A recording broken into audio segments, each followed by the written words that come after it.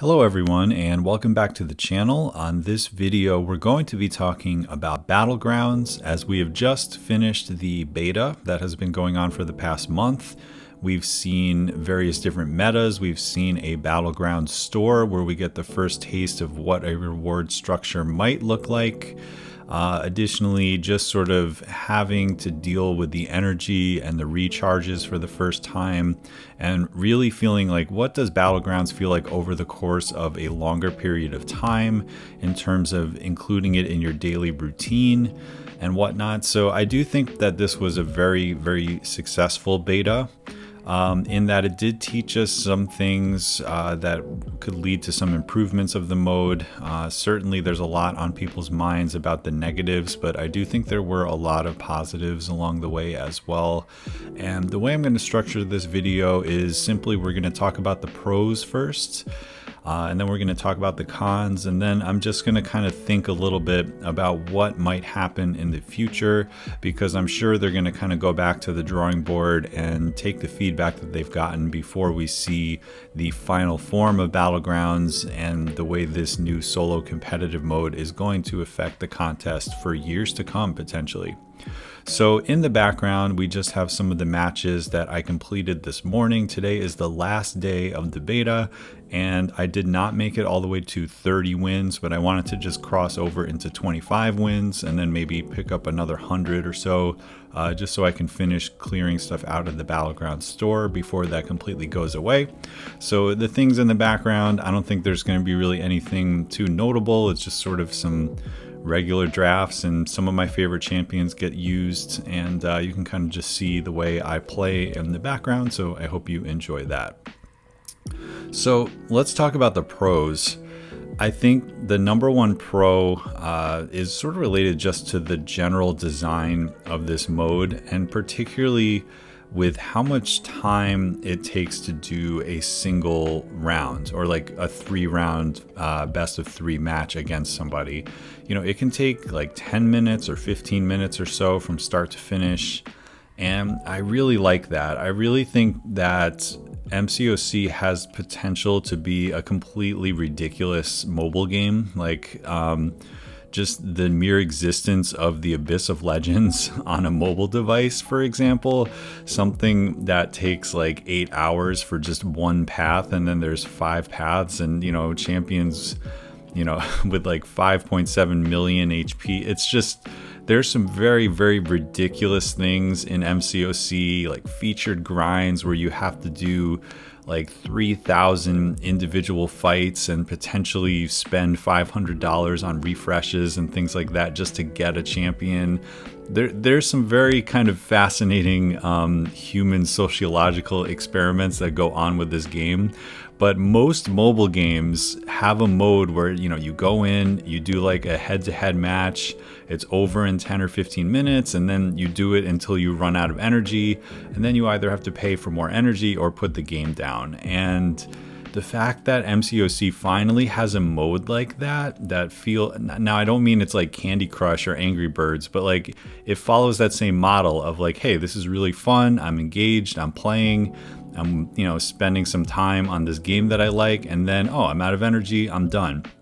That's good. Like, we have been craving a mode of the game like that isn't just completely over the top, which is what all of MCOC is. Like, Alliance Quest is like every day, 5 days out of every 8, you got to do that for 24 hours. Alliance War is this like 48-hour experience. You know, it's like, give us something nice and easy like this that just is fun. And if you lose, it's not the end of the world. It's just, let's get back up and have another match. Like, we love to see something like that. So just the fact that it exists and that it was designed well, that's my number one pro. The other thing I love about this mode is that you really get to use your entire ranked up roster. You know, some of us may have ranked up defenders just for Alliance War, and we never get to play them. Well, some of these defenders are actually pretty good attackers, and also it gives us a reason, like a double reason for them to be good defenders that are ranked up. And additionally, there are some other, rank 3s that we may have on our roster, or, 565s or rank 2s that we ranked up just because, we were running out of resources, and we know somebody said this is a good champ, but I've never really learned to play him or her. And now, there's this great chance to learn these new champions. For me, Man Thing on offense, absolutely fun as heck to play, and somebody that I really haven't explored that much. Same with champs like Cersei. I recently ranked her up. She's a very annoying defender in this mode, and these sort of shorter matches, her glancing can really mess with just about all the metas.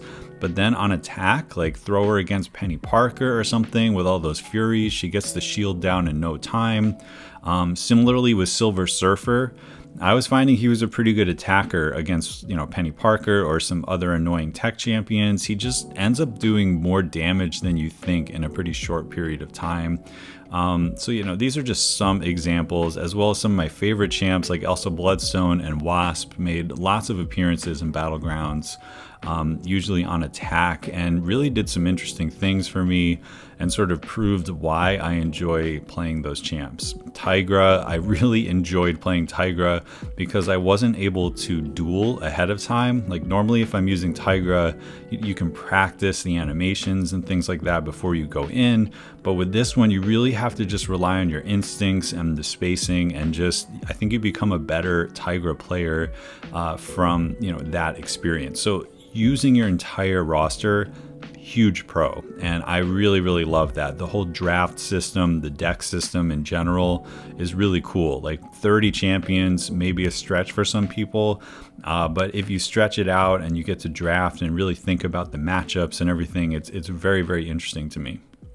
The other thing is it's entertaining to watch, which a lot of MCOC streaming is more about the hang and like being with your friends and chatting and being a member of the chat, right? But Battlegrounds is actually pretty dynamic to watch as well. So I think for anyone with a YouTube channel that streams, it's a huge plus, and will help with viewership and just sort of keeping your audience engaged as well. And I think that's very, very good for the community.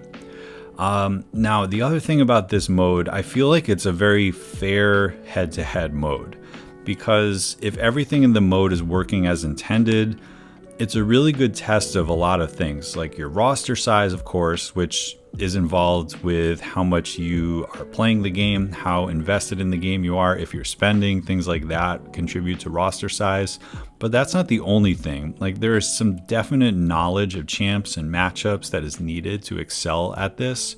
And additionally, there's some skill in the fight, because dealing with things like power snack and masochism and whatnot, like you really need to know how to play around these nodes and which champions are better for specific nodes and specific matchups. So, the person with the bigger roster is not always going to win.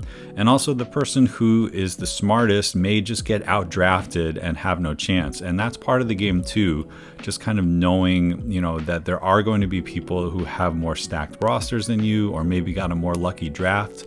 But either way, I think that's a very fair way to fight. I never went into a matchup being like, there is zero chance I'm ever going to win this, because the draft could still go in your favor even if you're going up against somebody who is way more stacked than you. And then in terms of rewards, we don't really have much to say except for what was in the beta. But I do say for a beta, they did pretty well here. I mean, for endgame players that are thirsty for Sig Stones, they allowed us to have 40 generic Sig Stones, which is quite a lot for just sort of casually playing through a mode over the course of a month. There were some nice 6-star shards. And I also really like the tier 4 class catalyst selectors. I've been asking on the CCP in a few different areas for more ways to deal with this tier 4 CC problem. And I was able, between this and the side quests this month, which allowed you to have some selection of those resources, I've kind of evened out my my T4 CC, which is great because that is a huge issue when you're ranking up a lot of champions. is having a drought of like 1 or 2 and then being on the overflow with the other ones. So anytime there's selectors like that is great. And if you wanted to just focus on the shards, you could get a massive shard gain, or if you wanted to get the sig stones and then pick up shards on the side, which is what I did. And I thought the store was great. We don't know what the final reward structure is going to be, but for sure, for just collecting some data and having some fun and doing this a couple times a day to get the milestones needed, it was a pretty good beta reward structure. So I'm a big fan of that. So now let's get to the cons. And I think the biggest one is also the most obvious one, and it's the cheating and the modding and all that was happening at the top of the leaderboard. And, I think we all agree this is the worst thing about the mode right now. I think Kabam agrees it's the worst thing about the mode right now. And they haven't really given us a lot of feedback, but I know that people are being banned, and also that the CCP has been reporting anyone with screenshots that are clearly modding. If it happened to us, or sometimes alliance mates can share them, and I was able to pass them on. And I know that Kabam is putting eyes on this, and that there have been a few ban waves. It doesn't always reflect on the top of the leaderboard, because if somebody was cheating in the past, then their name may stay on the leaderboard. So it was not a very transparent effort in terms of banning these people, but I know it is happening. The issue will become, it may be too little too late if we're in the middle of like a competitive Battlegrounds season type thing, and people are cheating and getting away with it. A ban after the fact is not really going to make a big difference if it's messed up, someone's win-loss record along the way. So I think even though the bans are good, and I'm glad to see it, and people are getting what they deserve for being cheats, there's still a problem because new modders and banners and stuff are slipping through the cracks every day. And when this mode goes live, if that happens, it's really going to compromise the integrity of this mode. So hopefully we'll know more about that later. I would love to see a written response that said, this is how we're dealing with this. This is how we're going to prevent it in the future. So we shall wait for that and hopefully have some good news there. Similarly, there are just some various glitches with the interface. Even in the background of the matches I'm showing, one of my matches I was sure that it was going to be a loss, but then I ended up with like the black screen of death at the end of my match, and it said somehow I won, which made me think that my opponents, maybe they quit out, but more likely their game crashed and they didn't get to fight their last fight, and then we both got this black screen and it just defaulted to me winning, which is kind of a drag because I'm pretty sure I should have lost that match. This is going to be like the second one going in the background. I'm not sure where the video is going to be because I'm recording this audio separately. But yeah, that has happened before. I've had a selection screen that was invisible, so I couldn't see which champs they were picking, and I couldn't see which champs of mine were loaded in. So that made for an interesting match where it was just like kind of blind. Actually, that would be kind of like a fun tournament mode, which is like just let the CPU randomly select champs. That would actually be fun if it didn't matter for rating and stuff. But obviously in this, when I was just trying to get these milestones done, it was picking my attackers as defenders and my defenders as attackers, and I was just like, well, this is a straight loss. I'm just gonna quit out. Some people have finished matches and then it didn't register it as a match. They've like quit the app and then they've come back in and they've seen their champion dead and the opponent have 100% health. Sometimes it's froze and then, people reload the app and then they end up in the match with like 30 seconds left to go and the match has just started. Like there's just things like that need to get ironed out. So definitely before this becomes super competitive, those types of little glitches need to get fixed, in addition to any kind of input issues that are still plaguing the game, in all the modes. Similarly, but this one's a little bit of a pet peeve for a lot of people, is the preload time can actually eat into the timer of the fight. You can look and see what number is on the clock when the fight starts, but it's never 2.00. It's always like 157, or it could be way less than that. You know, it all kind of depends on the speed and the connection that you have. And, you know, that's a big advantage to whoever has a faster device, because you could lose really precious seconds, and that can sometimes determine a match, the fight time. So if there may be no way to do this because they have to kind of synchronize the start times of the modes and everything. But if they could like add a little buffer or something so that both people are able to start right when it says 2 minutes exactly, that would be a lot more fair. Because in reality, you know, between just like the run-in time and like, you know, the fight itself, like we're only getting about 1 minute and 50 seconds to clear. Which is just not as advertised, because it says you have 2 minutes to clear and you clearly don't. And if you have a slow device, you have even less time. So that's something I'd love to see change as well. And then, you know, a lot has been talked about using quest energy as the main source here, and then using units for the refreshes and all that stuff. And okay, so if this is Battlegrounds, if this beta is the Battlegrounds where it's like mostly you just need to complete milestones, which let's call it what it is, it's a bit of a grind on your own time.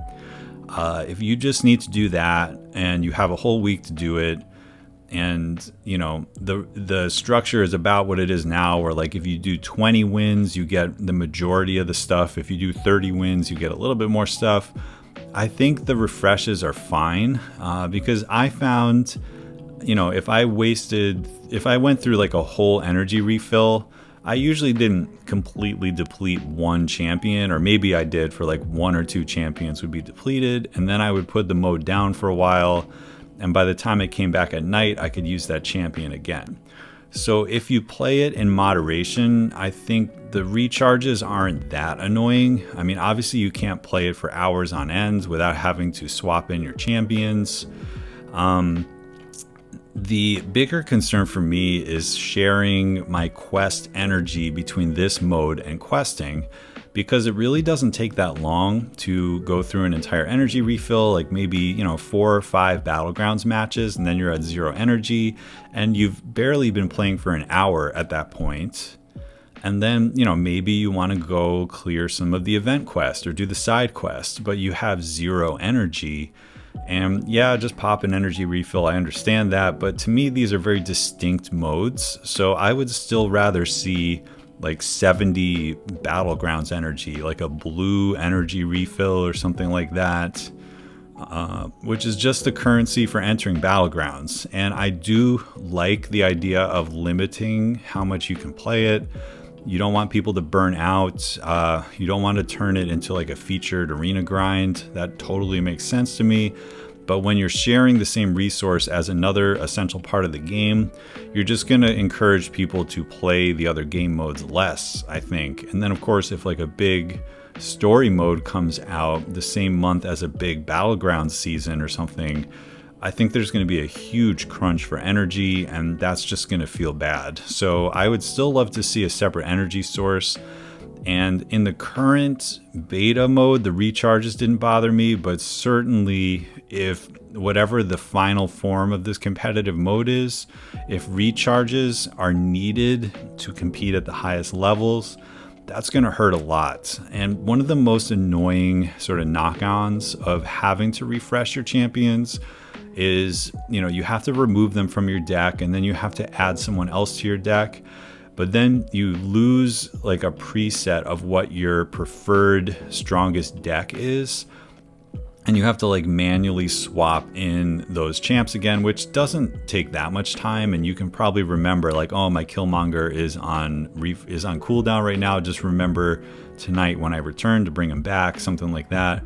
But also it would be cool to have like a default deck and then just like a single button that would be like low default deck, so that when everybody's off cooldown and you're ready to go back to your strongest deck, you don't have to like manually throw them back in. That was just a little bit annoying, I found.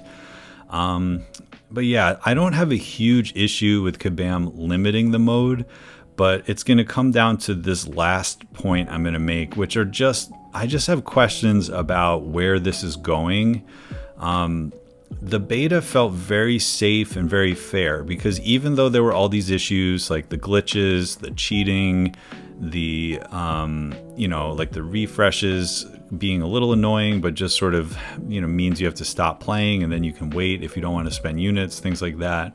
What it really comes down to is, what is this? Is this going to be like a season mode? And if so, are there going to be limited entries? I think there need to be, to keep it fair, because if there's some advantage to playing this mode, a million times versus somebody who just can't spend that much time or spend that much units in terms of like the refreshes and everything, I just think it could potentially harm the health of the game in this mode. All the stuff I said at the beginning about, being able to outskill somebody who has a larger roster than you and things like that, all that's going to go away if this mode is infinitely farmable. And, the season is just about like how many wins you can get, or how, like what your win streak is, or I don't know, like you have to hit certain milestones.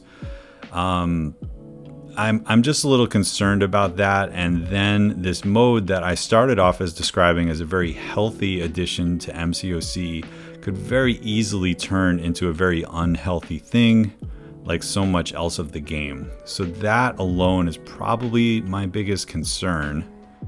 And I'm just really interested to see what Kabam comes up with for how this mode is going to be implemented into the fabric of the game. To reiterate, if recharging your champions is the only way to be competing at the top, that's really not going to feel good, because then that's units going there on top of the fact that you're going to be wasting your energy, and you're probably going to need to spend units on energy refills in order to do everything you need to do in the game as well. And I do believe, monetization is important for the game and for it to continue to move forward. But there is certainly a limit to, how much monetization can be put into a mode just to kind of get in the door and play competitively, which is sort of always my fear when, they start kind of nickel and diming you on just sort of like entering the mode and being able to compete it enough times. So this is still just theory crafting about the future. They may find a way that's well and balanced. I do think that one way to do that is to have like a daily limit of how many season qualified matches you can play. And then, it's all going to come down to the rewards. I mean, rank 4 materials are now showing up in the side quests, which is a pretty big deal. We're about to get the July 4th offers in about a month, which, because of Paragon, is going to be insane, I bet. Eternity of Pain is giving away one of each of the rank 4 catalysts about like every month and a half or so. So, I mean, the rank 4 stuff is coming in. So Battlegrounds is definitely going to have it in some regard, just how much. And like, how important are these rank 4 materials going to be going forward? Are we going to see rank 5 materials by the end of the year? Probably not. I think that's more of like a 2023 thing. And then, like, what are these relics too, right? Because we've been teased that relics are coming out, and the game seems to kind of just keep repeating itself with like, hey, the next progression thing is the next rank of the champion, and acquire these new champions and rank them up. Like, we haven't seen this gear system even teased, except for like the motion comic. So I'm still very curious how that's going to work, if that's just going to be an enhancement to your champions in Battlegrounds, if it's going to affect, champions and story content, or maybe eventually Alliance War, like who knows. But yeah, we haven't seen anything in terms of relics yet. And, if they're taking this beta as like their data gathering moment so that they can regroup and then give us the real live Battlegrounds in like July or August or something, The fact that there hasn't been anything said about relics yet is a little concerning, because that is a little bit of a make or break thing here. Gear is either great or not great. I don't really see it being a middle ground. It's either going to like completely change the game, or it's going to be so underwhelming that people are not going to care, and they're just going to keep grinding for the things that they find important, which are rank up materials and new champions. So yeah, a lot to determine there. But just to summarize my thoughts here, I really like Battlegrounds. I hope that they're here to stay. I enjoy the mode. It's all going to be about the execution, about the rewards, and just about cleaning up the mode so that there's less cheating and less glitchy type behavior of the game. And if that all happens, then I think we're going to be in really good shape for the future of the game. But that is a little bit of a tall order in order to get all of that right. So I will anxiously be waiting for the next announcement, for any feedback that summoners have given to Kabam if they've listened to it, and continue to make this mode better and better.